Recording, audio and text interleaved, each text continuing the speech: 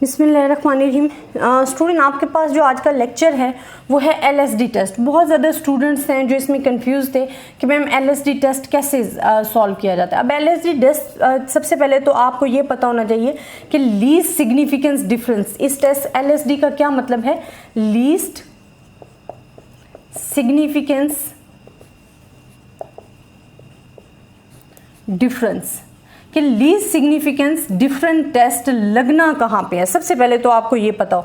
तो student, least significance test जो है, एलएसडी टेस्ट जो है, वो हम कहाँ पे लगाते हैं? जब हमारे पास हाइपोथेसिस हम बना रहे होते हैं और एच नॉट हमारे पास क्या हो रहा होता है? रिजेक्ट हो रहा होता है। जब आपके पास एच नॉट रिजेक्ट हो रहा होगा देन आप लगाओगे लीस्ट सिग्निफिकेंस टेस्ट। अगर हमारे पास सिचुएशन आ गई है कि एच नॉट जो है वो एक्सेप्ट हो रहा है, जब एक्सेप्ट हो रहा होता है तो आप लोगों को कोई भी टेस्ट एलएसडी टेस्ट लगाने की ज़रूरत नहीं होती है। अगर वो एक्सेप्ट हो रहा है फिर आपको एलएसडी टेस्ट लगाने की ज़रूरत नहीं है, फिर आपको एलएसडी टेस्ट नहीं लगाने।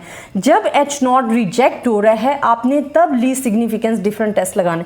अब स्टूडेंट, हमने इसको सॉल्व कैसे करना है? ये तो सिचुएशन थी कि हमने एलएसडी टेस्ट लगाना कहाँ पे है।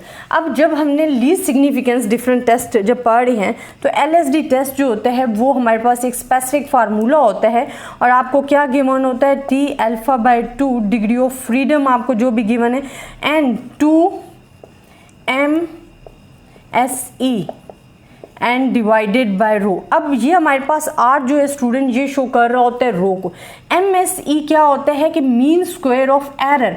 मीन स्क्वायर ऑफ एरर में आपको अभी एक एग्जांपल भी शो करवाती हूँ। उसमें अगर हमने फाइंड किया हुआ मीन स्क्वायर ऑफ एरर तो वो आपने लिखना होता है। वो जब आप टर्म फाइंड कर रहे होते हो ना अनोवा की, जब आप टेबल बना रहे होते हो 1 वे है या 2 वे है, तो उसमें जब आप बना रहे हो तो हत्ता कि आपके पास एक्सपेरिमेंटल डिज़ाइन में भी आपसे पूछा गया कि एलएसडी टेस्ट अप्लाई करके देखें। तो वहाँ जब रो कॉलम्स ट्रीटमेंट्स आपको एरर गिवन होता है, जो एरर की मीन स्क्वायर टर्म होती है जिसको आप डिग्री सम ऑफ स्क्वायर्स को डिग्री ऑफ फ्रीडम से डिवाइड करते हो, वहाँ आपके पास मीन स्क्वायर एरर टर्म आ जाती है। ये मैं आपको शो करवा देती हूँ एक एग्जाम्पल, ताकि स्टूडेंट्स आप लोगों को ईजिली जो है वो समझ आ सके और आप लोगों की जो कन्फ्यूजन है एलएसडी टेस्ट से रिलेटेड वो दूर हो जाए।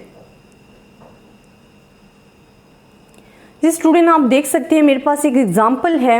इसमें rows column fertiliser 2 way analysis of variance अगर आप कर रहे हो तो इसमें आपके पास क्या है कि एरर, लास्ट में एरर टर्म लिखा हुआ है। अब डिग्री ऑफ फ्रीडम से सम ऑफ स्क्वायर जो आपके पास 28.04 है उसको डिवाइड किया हुआ डिग्री ऑफ फ्रीडम पे, मतलब 12 पे, तो आपके पास मीन स्क्वायर आ गया 2.34 आपके पास आ गया। अब ये हमारे पास MSE है, मतलब मीन स्क्वायर एरर टर्म है। अब स्टूडेंट, आपके पास क्या है कि मीन स्क्वायर एरर टर्म तो आपके पास आ गया स्पेसिफिक। रोज हमारे पास 4 थी। अब टी हमारे पास अगर अल्फा हमारे पास गिवन है 0.05 और मैं इसी एग्जांपल को देख लूँ कि हमारे पास अगर 0.025 आपको फिर जो भी डिग्री ऑफ फ्रीडम गिवन होगी या आपको जो भी वैल्यूज अल्फा की गिवन होगी आपने वो लिखनी है। एंड 2 हमारे पास क्या आ जाएगा? आपने एरर टर्म लिख देनी है जैसे कि अभी मैंने आपको शो करवाया। एंड 4 रोज हैं, जितनी भी रोज हैं आपने वो टोटल नंबर ऑफ रोज जो हैं वो लिख देनी है। मेरे पास अगर 5 रोज हैं तो मैं 5 लिख दूंगी। अब यहाँ मेरे पास ये आ गया है फार्मूला, ठीक है। जब मैं इसको सॉल्व करूंगी तो मेरे पास एक स्पेसिफिक वैल्यू आ जाती है, जैसे कि ये मेरे पास स्पेसिफिक वैल्यू आ गई।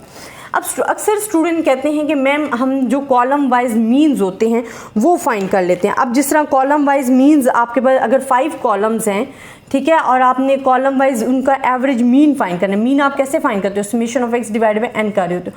अब 5 मीन्स आपने फाइंड किए हैं तो वो आपके पास 4.92 आ गए। उनको आपने अरेंज करके लिखना है। सबसे पहले आपने अरेंज करना है कि सबसे पहले आपने छोटी वैल्यू लिखनी है, फिर उससे बड़ी लिखनी है, एंड देन सबसे बड़ी। जो आपको कॉलम्स गिवन होंगे ना वो आपने लिखने हैं। ये 1 2 3 एंड 4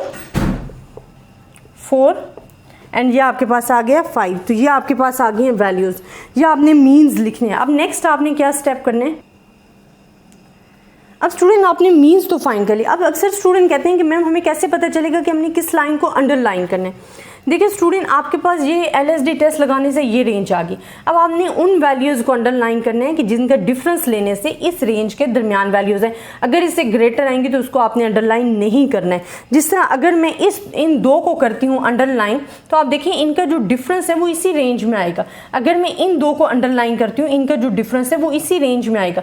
अगर मैं इन 2 को अंडरलाइन कर रही हूँ, ये 3rd एंड 1st वाली को, तो इनका डिफरेंस भी इसी रेंज में आएगा। इसी तरह मेरे पास पास अगर ये मेरे पास फर्स्ट 2 ये 7 एंड 6 है, उसका डिफरेंस भी इसकी रेंज में आएगा, और अगर 7 एंड 6 ये वाला ले रही हूँ तो इसका डिफरेंस भी इसी रेंज में आएगा। लेकिन अगर मैं 13 एंड 4 का डिफरेंस लूँ तो वो इस रेंज में नहीं आएगा, तो मैं इसको अंडरलाइन नहीं करूँगी। तो अंडरलाइन आपने उस वैल्यूज़ को करना है जो कि LSD टेस्ट में आपके पास इस रेंज में आ रही हो, जो आपने LSD टेस्ट से जो वैल्यूज़ है वो फाइंड किया है। आपको फिर इजीली अंडरलाइन करना, आपने देखना है डिफरेंस लेना है तमाम वैल्यूज़ का। अगर तो इन वैल्यूज़ की रेंज में आ रहा है, जिस तरह आपको डिफरेंट वैल्यूज़ आएंगी, ये ज़रूरी नहीं है कि आपको LSD की 2.09 आएगी। जब आप सॉल्व करोगे डिफरेंट वैल्यूज़ लगाओगे, आपके पास डिफरेंट वैल्यूज़ आएगी, तो वो आपने लिखनी है।